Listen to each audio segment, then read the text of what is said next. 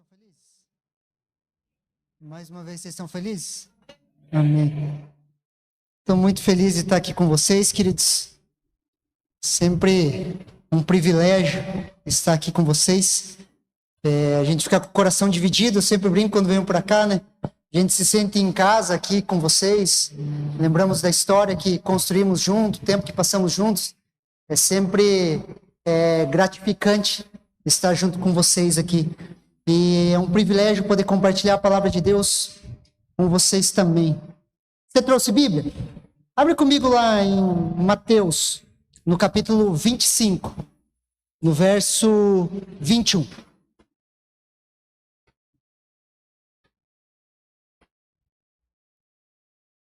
Evangelho segundo São Mateus, capítulo 25, verso 21. Versículo separado para o tema do ano. A palavra de Deus, ela fala assim: o Senhor disse: muito bem, servo bom e fiel. Você foi fiel no pouco, sobre o muito o colocarei. Venha e participe da alegria do seu Senhor. Queridos, esse texto, para mim, ele é um chamado para a esperança. Posso ouvir um amém? É um chamado, queridos, que um dia eu e você, nós vamos ter um encontro com Jesus. Sempre quando nós vemos textos escatológicos, textos que apontam para o futuro, textos que mostram o nosso encontro com Jesus, isso deve alegrar o nosso coração. É um texto que nos mostra, queridos, que um dia nós vamos ouvir do Senhor, servo bom e fiel. Queridos, eu creio de todo o coração, queridos, que você vai ouvir do Senhor, servo bom e fiel. Foste fiel no pouco, sobre o muito eu te colocarei. Quando nós olhamos então para esse texto, queridos, ele é uma chamada para a esperança, mas também ele é uma chamada para a responsabilidade. Repete assim comigo: responsabilidade. Ele é um chamado, queridos, para a responsabilidade. Quando nós olhamos o contexto desse texto, nós vamos lá para o Mateus capítulo 25 e nós vemos o sermão escatológico. Jesus está falando, queridos, sobre algumas coisas que iriam acontecer, e muitas daquelas coisas aconteceram na destruição do templo de Jerusalém. E Jesus está montando um pensamento, ele está trazendo um pensamento para os seus discípulos. Então nós vemos lá o sermão profético, queridos, a parábola da figueira. Ele faz uma exortação à vigilância. Nós vemos também a parábola do servo fiel e do servo mau. Então Jesus, ele vem construindo um pensamento e ele chega no capítulo 25, ele entra com a parábola das 10 virgens, onde 5 tinham óleo, 5 não tinham, e ele continua até que ele chega na parábola dos talentos, que é o contexto desse texto que nós temos como tema do ano. E ele entra nisso e ele está construindo um pensamento. E qual o pensamento? Que um dia eu e você, nós vamos prestar contas. Ele vem construindo esse pensamento da prestação de contas, de uma responsabilidade que nós temos. Queridos, um dia eu e você vamos prestar contas, amém? Você está aqui? Amém? Que as nossas ações, e Jesus vai construindo esse pensamento, que as nossas ações, elas vão impactar diretamente com a nossa eternidade. Queridos, as obras, elas não nos trazem salvação, amém? Mas elas determinam como nós vamos viver a eternidade. As obras por si só, elas não nos salvam, mas eu e você fomos chamados para as boas obras, e essas boas obras vão definir como eu e você vivemos a eternidade, porque as boas obras vão ter como recompensa o galardão da parte de Deus para mim e para você na eternidade, amém? Então existe uma responsabilidade, uma maneira que Deus nos chama para caminhar. E a parábola dos talentos, queridos, é um chamado à responsabilidade. Olha o que Mateus capítulo 25, versículo 14 ao 15 nos fala.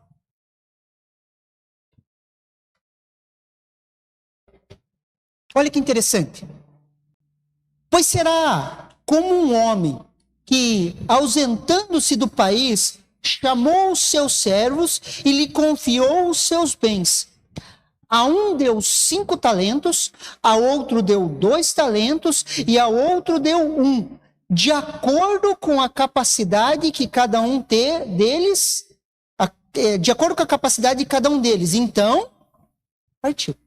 Queridos, esse servo, esse senhor, ele distribuiu aos seus servos segundo a sua capacidade. Segundo a sua capacidade. Queridos, em Cristo Jesus, você e eu recebemos algo de Deus. Você tem algo para multiplicar. Você recebeu algo. Aqui talvez, queridos, nós temos a maior guerra teológica. E nós não conseguimos e não vamos trazer resposta para isso. Aonde acaba a soberania de Deus e se inicia a responsabilidade humana. E é uma guerra, queridos. Se você for pesquisar na internet, você fica quase louco de ouvir isso. Aonde acaba a responsabilidade, a soberania de Deus e se inicia a responsabilidade humana. Na minha opinião, Deus oculta isso, queridos. Mas existe uma responsabilidade sobre a minha e sobre a sua vida. De multiplicar aquilo que Deus tem colocado nas nossas mãos. O que é responsabilidade, pastor? Eu gosto da definição de responsabilidade como uma resposta à habilidade. Então, responsabilidade é uma resposta à habilidade. É uma resposta a algo que eu e você recebemos da parte de Deus. Na parábola, queridos, eles receberam algo e eu e você recebemos uma nova vida. Posso ouvir um amém? Eu e você, queridos, recebemos dons e talentos. Eu e você recebemos coisas que nem nós imaginamos da parte de Deus. Nós temos recebido coisas no nosso espírito, queridos, na nossa alma, no nosso corpo. Deus tem nos sustentado. Deus tem cuidado de nós. A boa mão de Deus tem nos conduzido. Nós temos recebido coisas de Deus. E a nossa responsabilidade, queridos, a resposta a essas habilidades que Deus tem nos dado, queridos, que vai multiplicar aquilo que nós temos recebido. Quando nós olhamos para a matemática, queridos, nada se multiplica por zero. Posso ouvir um amém? Não que não se multiplique. Tudo que se multiplica por zero é zero. Tem como multiplicar algum número por zero e dar um resultado além de zero? Não. Tudo que se multiplicar por zero é zero. Quando nós olhamos para a nossa vida, queridos, antes de nascer de novo, queridos, nós estávamos mortos em nossos delitos e nossos pecados. Não tínhamos, queridos, como responder a algo de Deus. Não tínhamos como multiplicar, porque nós não tínhamos nada. Estávamos separados de Deus. Só que um dia, queridos, você levantou a sua mão. De alguma forma, você respondeu de forma positiva ao evangelho que foi pregado. Algum dia, alguém te apresentou o evangelho. Você ouviu o chamado de Deus. E você respondeu a esse chamado de forma positiva. Sendo na igreja ou na sua casa, os seus pais compartilharam o evangelho. Mas um dia, você disse sim para o Senhor. E quando você disse sim para o Senhor, você recebeu algo dele. E a partir do momento que você recebe algo, queridos, agora você tem algo para multiplicar. Antes nós não tínhamos, estávamos separados, longe, afastados. Por isso, queridos, que as nossas obras fora de Cristo, elas eram más. Por isso que sem Jesus, eu e você só sabíamos pecar. Sim ou não? Agora eu e você, nessa nova vida que recebemos dele, recebemos algo, querido, da parte de Deus, que pode sim ser multiplicado. A prestação de contas não vai ser de algo que nós primeiro não recebemos, queridos. No reino de Deus, primeiro eu e você recebemos. Depois nós multiplicamos. Por isso, queridos, que os frutos deles glorificam a Deus. Primeiro nós recebemos, depois nós multiplicamos. O primeiro passo sempre vem dele. Sim ou não? Olha que interessante, 1 Coríntios, capítulo 4, versículo 7. 1 Coríntios capítulo 4, versículo 7, ela fala assim, o texto fala assim, ó. Pois quem é que faz com que você sobressaísse? E o que é que você tem que não tenha recebido? E se você recebeu, por que se gloria? Como se não tivesse recebido? Olha que interessante a NVI, queridos, a tradução da NVI. Pois quem torna você diferente de qualquer outra pessoa? O que você tem que não tenha sido recebido? E se recebeu, por que se orgulha? Como se assim não fosse.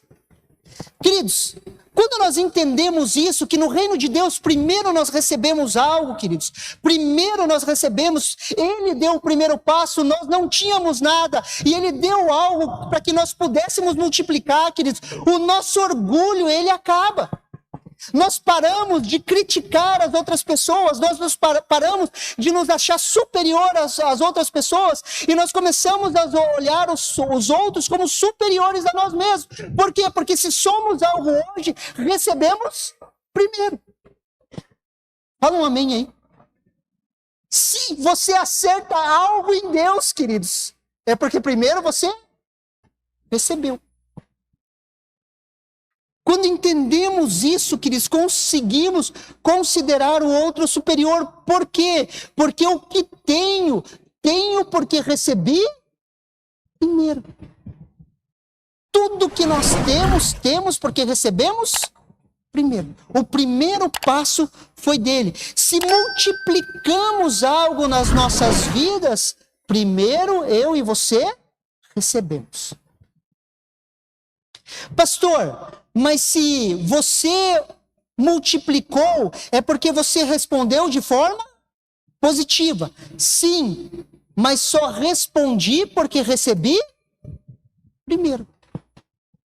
Tudo que temos porque recebemos.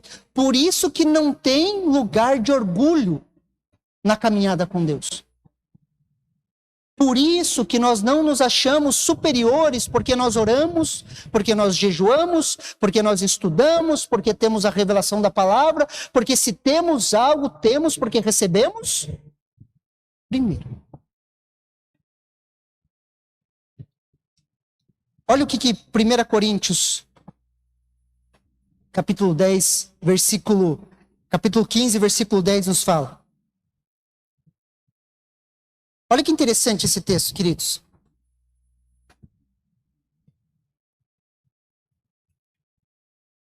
Mas pela graça de Deus, sou o que sou. E a sua graça que me foi concedida não se tornou vã. Pelo contrário, trabalhei muito mais do que eles. Todavia, não eu, mas a graça de Deus comigo. Uma vez tomando banho, queridos, pensando nesse texto, a carta aos Coríntios, ela foi... Paulo foi ditando a carta e havia um secretário, e na época era comum fazer isso, tinha um secretário que ia anotando a carta. E Paulo ia falando, ditando, e a pessoa ia anotando. Eu tomando banho, pensando nesse texto, falei, não pode, Paulo errou. Ele errou e tentou dar uma consertada. Daí eu fiquei pensando, a palavra é inspirada, Paulo não pode ter errado. Porque a impressão que você tem quando você lê o texto, parece que Paulo, ele fala e depois ele tenta dar uma consertadinha no texto. Só que não, queridos. Eu trabalhei mais do que os outros, porque ele estava indignado que falavam que ele não era apóstolo, ele estava defendendo seu apostolado. E ele vai falando a graça, sou o que sou pela graça, mas eu trabalhei muito mais do que eles. Parece, ixi, agora ele escorregou e vai tentar ajeitar. Mas não, queridos.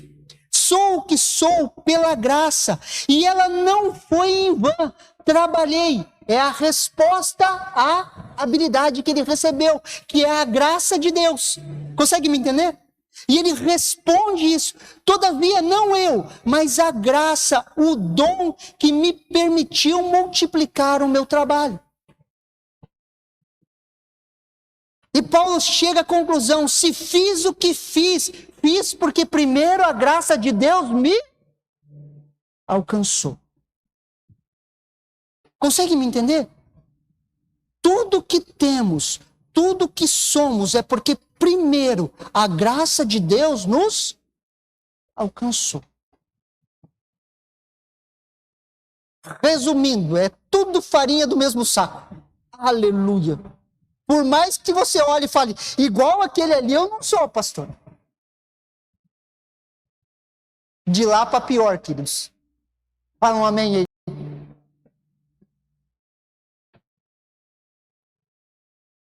Olha que interessante, queridos. Deuteronômio, capítulo 8, versículo 17 ao 18.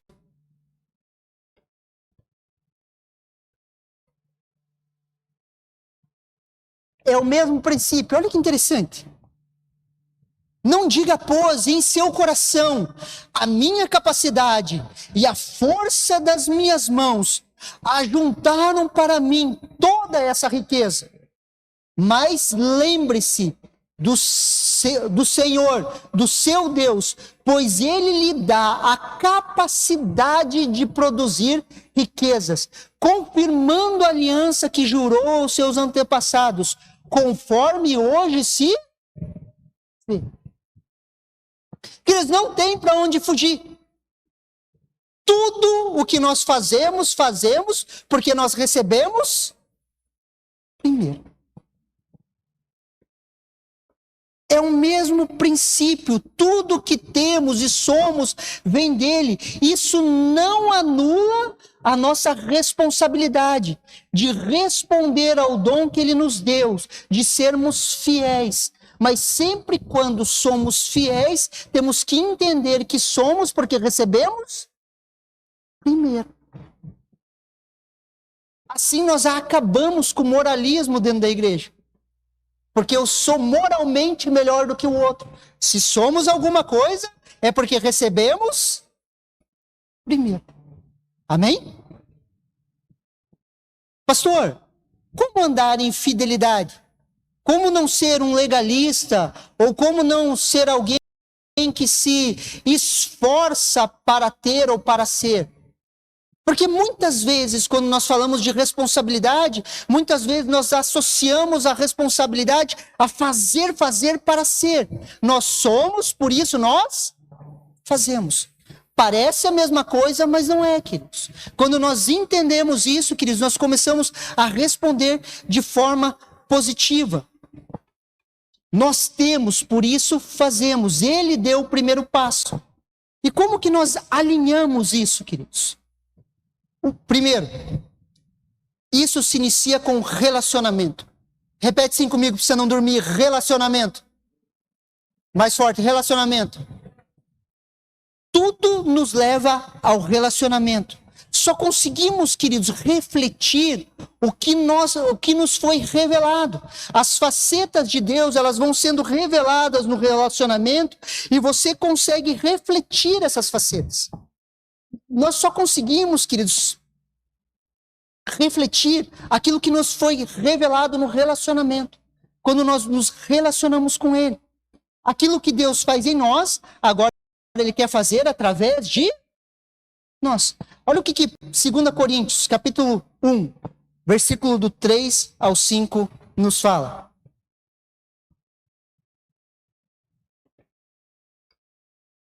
Bendito seja o Deus e Pai do nosso Senhor Jesus Cristo, o Pai de misericórdia e o Deus de toda a consolação. É Ele que nos consola em toda a nossa tribulação, para que pelo consolo que nós mesmos recebemos dele, possamos consolar os que estiverem em qualquer espécie de tribulação. Porque assim como transbordam sobre nós os sofrimentos de Cristo, assim também por meio de Cristo transborda o nosso consolo. Fomos consolados por Ele. Posso ouvir um amém? Para quê? Para que nós possamos consolar as outras pessoas.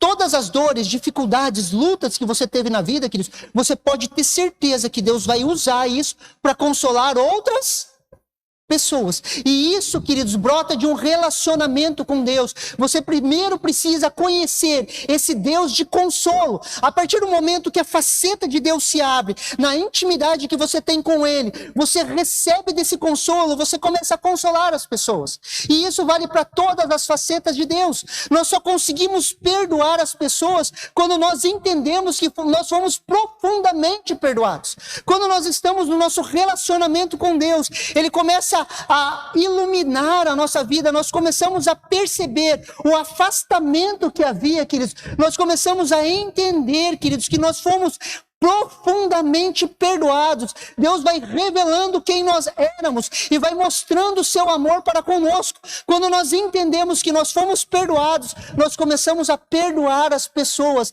e ninguém mais deve nada para nós. Você sabia que ninguém deve nada para você? Isso é saúde para você. Queridos, ninguém te deve nada. Jesus, na parábola, no Sermão do Monte, ele fala: ore por aqueles que vos perseguem, para que vocês se tornem iguais ao seu Pai Celestial. E não esperem nada em troca. Nós podemos trazer isso, queridos, e entender que o amor não espera nada em... Posso ouvir um amém? Sabia que Deus não espera nada de você? Fala um amém aí. O amor não espera nada em... Deus não pode se contradizer com a sua palavra. Ele te ama e não espera nada em troca. Às vezes a gente fica em uma pressão, né? Quando eu entendo isso, Deus não espera nada em troca. Deus não espera nada. Eu começo a me relacionar com as pessoas, amando elas, sem esperar nada em troca. Quando eu me aproximo de uma pessoa, eu me aproximo com o entendimento que eu sou uma bênção na vida dela. E eu não espero nada em... E quando eu não espero nada em troca, eu ganho saúde emocional. Sim ou não?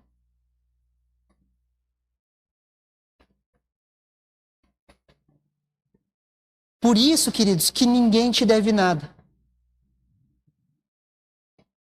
Pastor, mas eu fiz. Fez esperando o quê?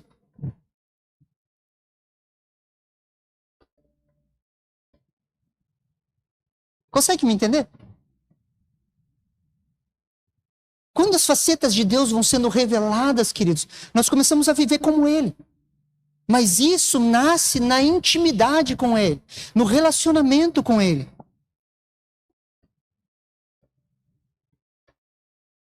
Assim eu me torno fiel àquele que me perdoou.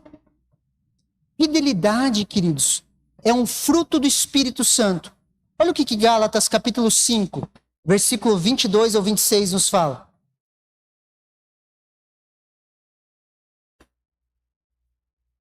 Mas o fruto do Espírito é amor, alegria, paz, longanimidade, benignidade, bondade, fidelidade, mansidão e domínio próprio. Contra essas coisas não há lei. E os que são de Cristo Jesus crucificam a sua carne com as suas paixões e os seus desejos. E se vivemos no Espírito, andemos também no Espírito. Não nos deixemos possuir de vanglória, provocando uns aos outros, tendo inveja uns dos outros. O apóstolo Paulo, queridos, ele fala que o fruto do Espírito é o amor. Eu falei a última vez que eu preguei sobre esse texto, sobre mimosa, vocês imaginaram uma vaca, né? Mimosa para nós é aquela, sei lá, mexerica, pocã. Eu falei mimosa, alguns imaginaram uma vaca. O que o pastor está falando da mimosa? Mas sabe aquela mexerica, quando você abre ela, o fruto do Espírito é o amor, como se fosse a mexerica, com os seus gomos. Os gomos de bondade, benignidade, mansidão, domínio próprio. E um desses gomos é a fidelidade. Um dos gomos desse fruto é a fidelidade. E esse fruto, queridos, ele é gerado nos nossos corações através de um relacionamento. onde esse transforma as nossas vidas de dentro para fora. É um fluir de dentro para fora. Quer ver, querido? Deixa eu falar uma coisa para você. Trabalhei com academia durante 10 anos, como professor de educação física. E muitas vezes as pessoas iam na academia, queridos, com seus planos, seus projetos, e falavam assim, não, eu vou fazer academia, professor, 5 vezes por semana, 2 horas por dia, e vai. Vai uma semana, vai bem. Segunda semana, vai como? Não menos. Terceira semana, a pessoa não vai e fica morrendo de ódio porque pagou o plano anual. Paguei o ano inteiro e não estou indo. Já aconteceu com você? Sim ou não? Ou dieta, né? Eu vou fazer dieta. Começa lá, se programa, aí de repente para de fazer. Geralmente, queridos, quando nós falamos de fidelidade, nós olhamos para fora. E nós queremos ser todos certinho. Eu tenho que fazer isso, eu tenho que fazer isso, eu tenho que fazer isso. Sim ou não? Não é isso que você pensa de primeira? Só que a fidelidade, queridos, é um dos gomos do fruto do Espírito nas nossas vidas. E ele nasce, queridos, de um relacionamento com ele. Quando nós percebemos e entendemos que Deus é fiel nas nossas vidas, independentemente das situações, nós vamos percebendo a fidelidade na nossa caminhada, na nossa comunhão com Deus, nos nossos períodos de oração, o falar dele vem sobre as nossas vidas, e nós vamos percebendo que Deus é fiel, nós vamos gerando também esse fruto de fidelidade. Que não nasce, queridos, da força humana, mas nasce, queridos, de uma resposta que nós damos ao chamado à comunhão com Ele. E nessa comunhão nós vamos sendo transformados de fé em fé e de glória em glória.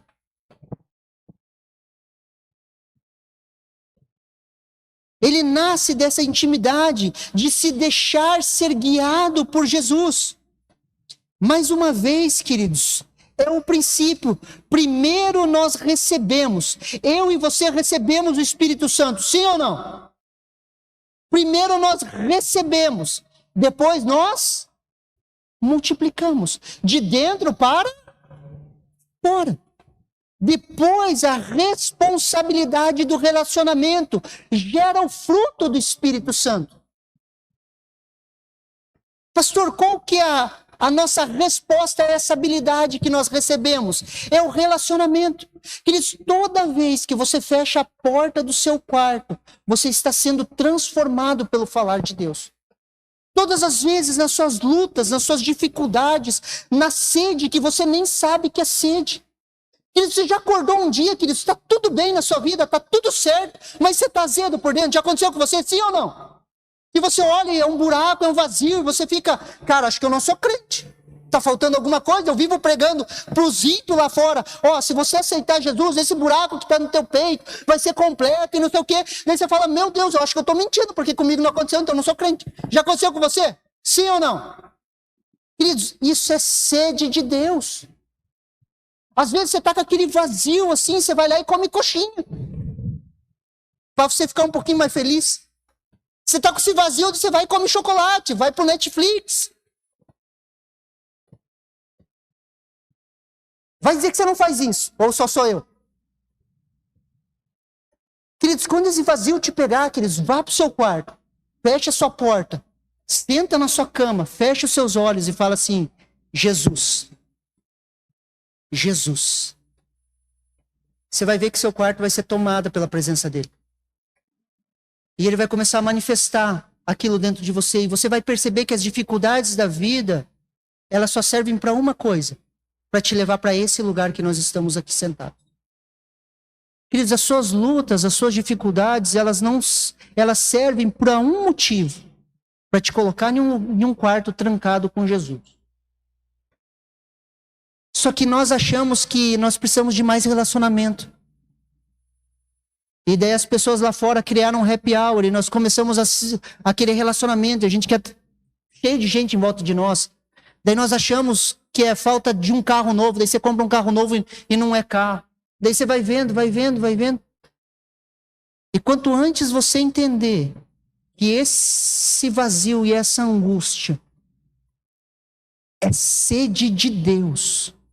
É a mesma sede que estava no coração daquela mulher, queridos, que nós cantamos nessa noite. que ela falou, dá-me de beber. É essa sede, queridos, que nos leva a se fechar em um quarto sozinhos e fechar os nossos olhos e falar, Jesus, estou aqui, quero ouvir a sua voz. E a voz dele vai trabalhando em nós, vai transformando a nossa vida de fé em fé e de glória em...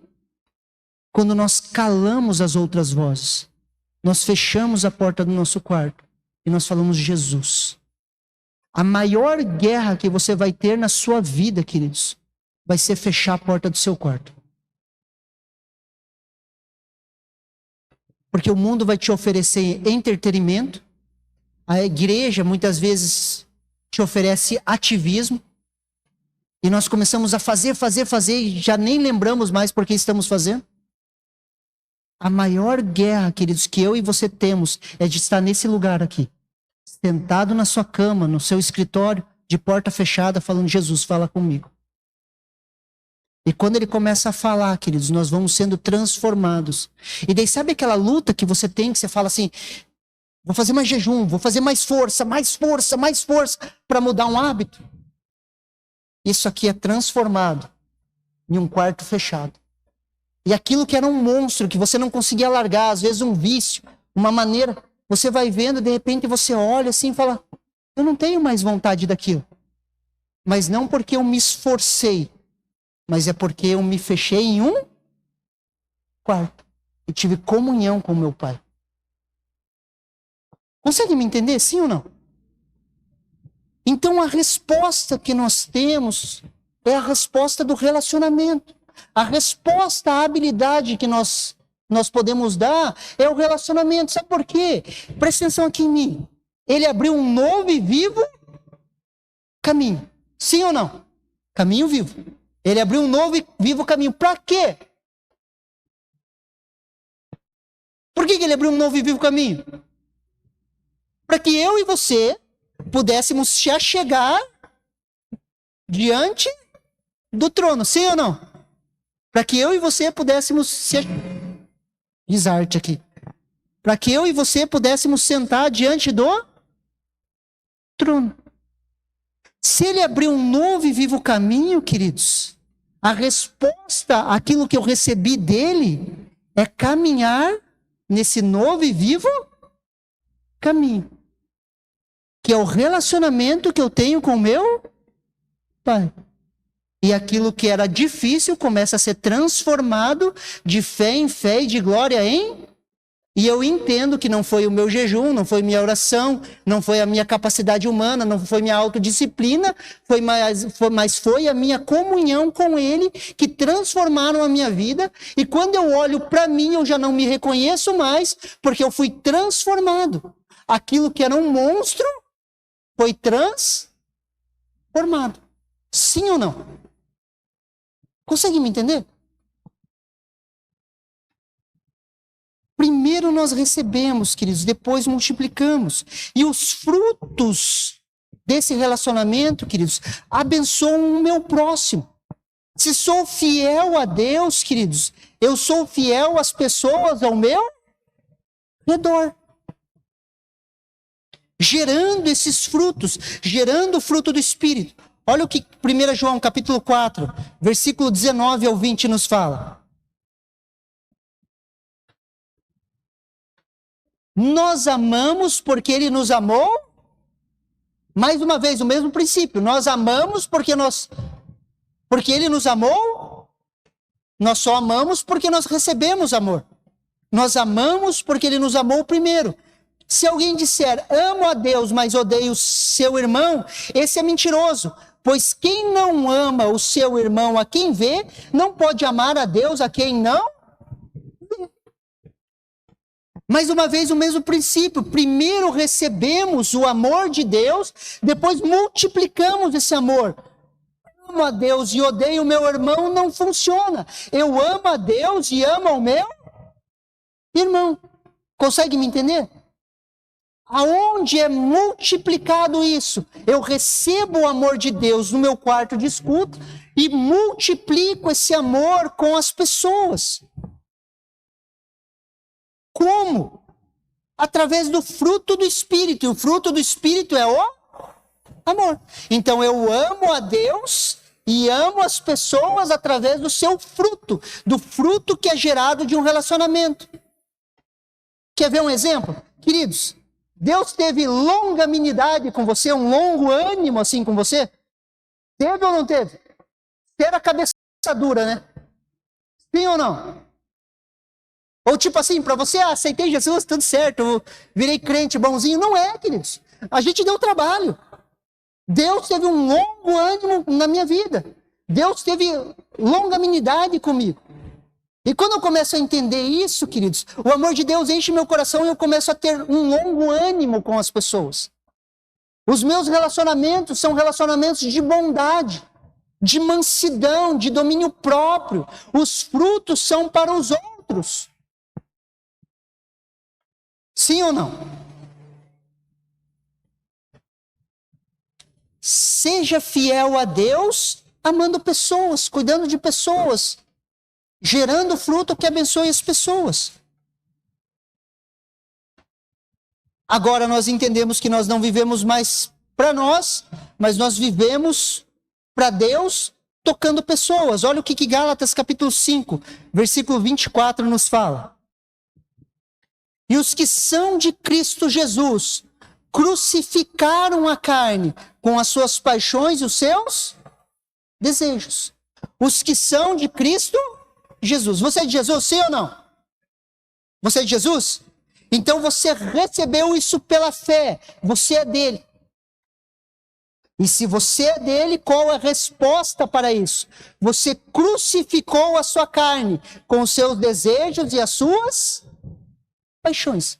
Primeiro você é dele, depois você crucifica a sua carne com os seus desejos e as suas paixões. E aqui, queridos, desejos e paixões não são só impulsos imorais ou sexuais.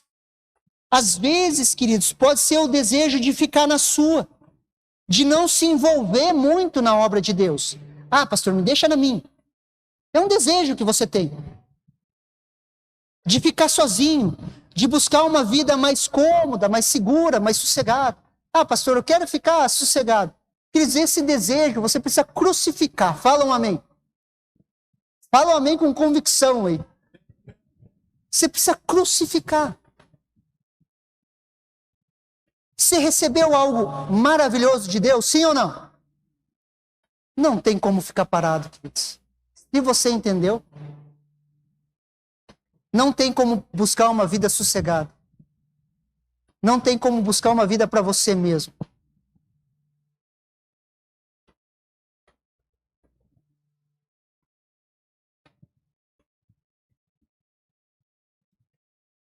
Olha o que Mateus capítulo 25, do 24 ao 25 nos fala. Chegando por fim, o que tinha recebido 1 talento, disse: sabendo que o Senhor é um homem severo, que colhe onde não planta e ajunta onde não espalhou, fiquei com medo, e escondi o seu talento na terra. Aqui está o que é seu. Em outras palavras, queridos, esse servo falou assim: eu não quero encrenca. Pega o que é seu. Aquilo que você deu, eu enterrei, eu estou te entregando. Eu não quero encrenca. Eu preferi ficar de boa, não me incomodar. Você recebeu dons e talentos de Deus, sim ou não? Você pode decidir, queridos, responder através da comunhão aquilo que Deus quer manifestar na sua vida, ou você pode simplesmente enterrar os talentos.